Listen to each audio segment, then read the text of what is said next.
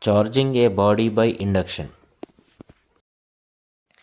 Here we are taking two metal spheres A and B mounted on insulated stands. By rubbing a bonnet rod with cat skin, it negatively charged. Bring this negatively charged ebonite rod very close to the sphere A. The charge on the ebonite rod repels the free electrons in the sphere A. These free electrons transfers towards the sphere B. So due to deficiency of electrons in sphere A, it gets positively charged and sphere B gets negatively charged. To check whether it is correct or not, to test the charge on the sphere B, touch the sphere B to the brass disc of negatively charged gold leaf electroscope. We can observe that gold leaves will diverge.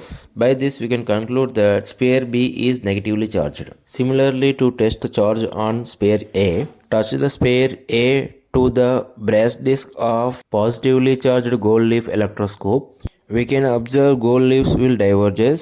By this we can conclude that the charge produced on sphere A is positive. Here uncharged insulated metallic conductor B gets electrically charged when held near a charged body A. This process is called electric induction.